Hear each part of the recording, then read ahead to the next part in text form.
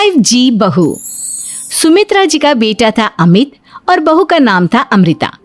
सुमित्रा जी की बहू की बातें सुनकर ऐसा लगता था कि जैसे वो बहुत इंटेलिजेंट है, क्योंकि उससे कभी भी कोई भी सवाल पूछो फट से जवाब दे देती थी।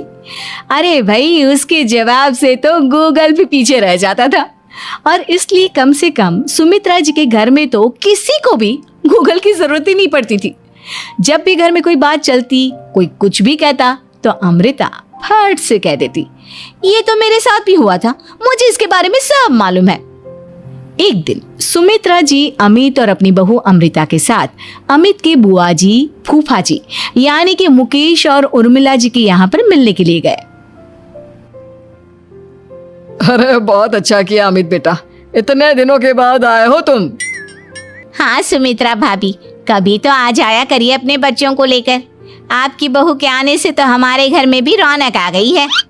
वो क्या है ना, अमित ऑफिस के काम में बहुत बिजी रहता है, इसलिए उसे तो वक्त ही नहीं मिल पाता। अच्छा, लगता है नौकरी काफी मुश्किल है अमित की। अरे नहीं नहीं फूफा जी, ऐसी कोई बात नहीं है। आप तो जानते हैं ना प्राइवेट जॉब में कितना काम होता है। अरे कोई समझे ना समझे, मुझे तो पता है प्राइवेट नौकरी में इतना काम करना पड़ता है कि इंसान की आफत आ जाती है। लेकिन बेटा, तुमने तो कभी जॉब की ही नहीं, तुम्हें कैसे पता? अरे जॉब नहीं की तो क्या हुआ मम्मी जी, सब जानती हूँ मैं। सबसे पहले ऑफिस में जाओ, वहां पर अपनी एंट्री डालो, उसके बाद दिन भर सिस्टम पर बैठकर काम करो। चारों तरफ कैमरे लगे होते हैं, आप अपनी नजर इधर की उधर नहीं कर सकते। उसके बाद दिन भर बॉस की चिक चिक सुनो, वो अलग से। यही सब होता है, मुझे ना सब पता है। अरे बहू रानी तो काफी इंटेलिजेंट है, हर बात की खबर है इसको। थोड़ी देर बाद, अब देखिए सुमित्रा भाभी, इतने दिनों के बाद आई हैं आप, खाना खाकर ही जाना, ऐसे तो मैं आपको जाने नहीं दूंगी। वैसे बुआ जी, खाने में क्या बनाया है? वो क्या है ना बेटा, आज तुम्हारी बुआ जी की तबीयत थोड़ी ठीक नहीं थी, इसलिए हमने सोचा कि जब तुम लोग यहाँ आ जाओगे तो बाहर से खाना मंगवा लेंगे और साथ में बैठकर खाएंगे।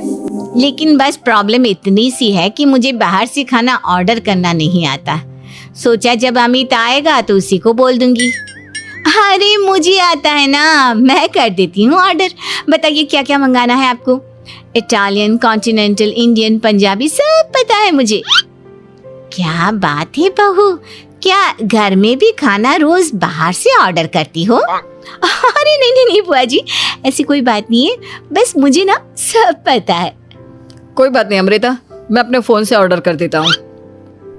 अरे क्या बात है, आजकल ऑनलाइन डिलीवरी पर कोई ऑफर नहीं चल रहा है, वरना काफी पैसे बच जाते हैं। कैसी बात करते हैं अमित, मैं कह रही हूँ ना मुझे सब पता है। मुझे एक बहुत अच्छा ऑनलाइन डिलीवरी वाला मालूम है, जहाँ पर 50% ऑफ मिल जाएगा। और आज तो वैसे भी फ्राइडे है ना, फ्राइडे को तो उस पर 50-70% ऑफर मिलता ही मिलता है।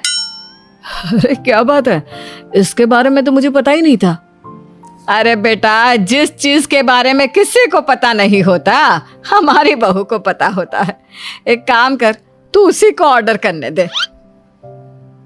क्या बात है अमृता बेटा, तुम तो बहुत इंटेलिजेंट हो, सब कुछ जानती हो। कुछ दिनों के बाद सुमित्रा जी की कुछ सहेलियां उनसे मिलने के लिए आती हैं।